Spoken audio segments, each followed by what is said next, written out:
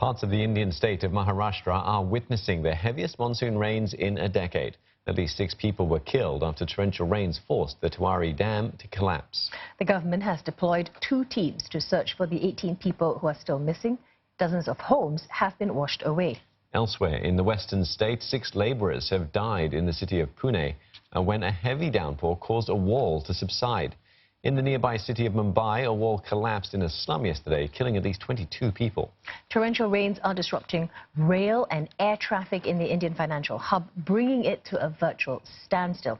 Now, for more, we're joined by Rebecca Bundan from Mumbai. Rebecca, we know more floods are expected in Mumbai over the coming days. Do we know what's being done to prepare for it?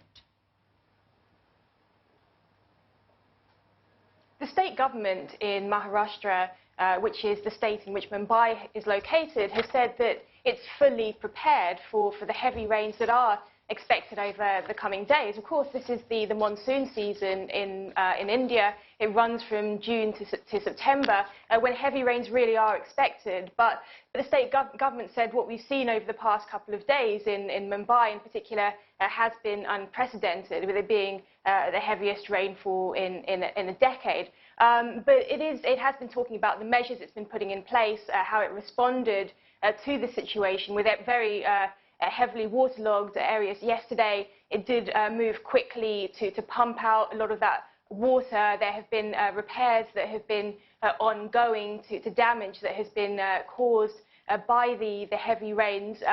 The Chief Minister of the state, he also visited the control centre, the Disaster Management Control Centre yesterday, and they discussed a lot of the measures that are being taken, how they can react quickly to the problems that are caused by heavy rains. But what's worrying is that there have been more deaths in the state that have occurred because of heavy rains, and essentially what seems to be poor infrastructure with that dam bursting in Ratnagiri. That's in the state of Maharashtra. It's about 275 kilometers south of Mumbai. That dam burst. It's a relatively small dam. It resulted in the water that gushing out, causing flood-like conditions, which then washed away homes in that area, claiming lives. And also, there are still many people missing, and there are rescue and search operations ongoing at the moment. And also, with that wall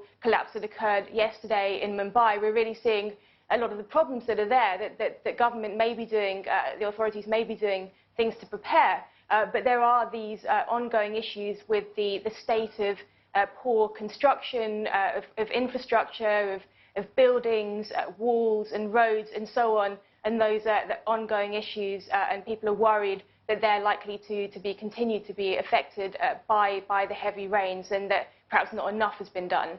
Yeah, just to elaborate on that, if you could, Rebecca. I mean, these monsoon rains do come every year. You yourself said there's, Mumbai is no stranger to them. It really does highlight sort of the shortcomings in the forward thinking and long-term planning when it comes to infrastructure and construction in Mumbai. Yes, and this is not a Mumbai issue alone. If we look at India as a whole, every year hundreds of people are killed in floods and rain-related accidents, particularly in the monsoon season. But if we look at Mumbai, I mean, one of the problems that it has is just the sheer size of its population, more than 18 million people in the city, and there is a huge strain on resources, on the infrastructure here.